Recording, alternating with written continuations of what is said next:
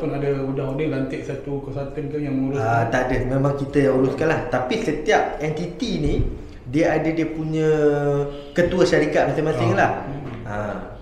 Okay, maksud dia dekat property, hartanah ni dia pecah lagi kepada 5 pula anak syarikat dia. Dia ada dekat Penang, Johor, Pahang, Ceras, dengan yang paling baru dekat Sarawak. So 5 ni pula dia ada dia punya ketua syarikat masing-masing, CEO dia. So CEO dia ni yang akan melapor untuk bahagian masing-masing. Okay, yang itu adalah formal.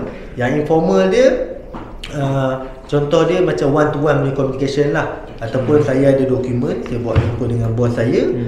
Lepas tu bos saya cakap okey, dokumen ni dah okey. Lepas tu dia cerita benda lain. Aku nak nanti kau tolong sediakan satu template yang kita nak tengok staff punya prestasi.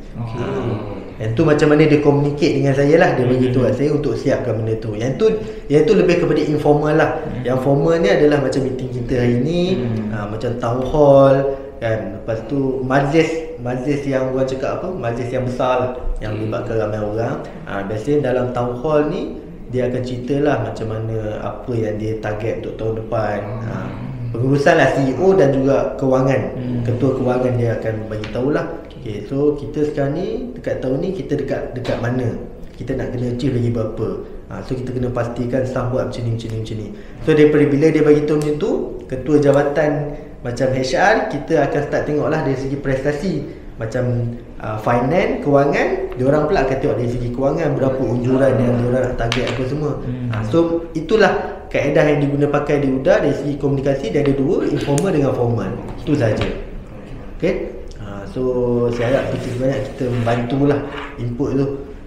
Baik, alhamdulillah, terima kasih banyak-banyak sekali. So, ni adalah ruangan kita orang semua lah kat sini, dan ada setengah apa yang ada bilik. Dia depends kepada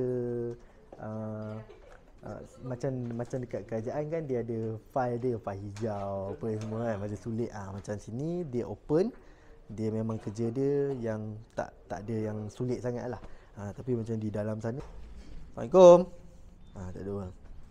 Okay, so dekat sini lah, macam kalau apa orang cakap, untuk ibu yang baru lepas bersalin ke apa kan, dia nak uruskan diri dia untuk anak dia ke apa, dia akan datang kat sini lah, duduk apa, rehat, duduk rehat sekejap apa.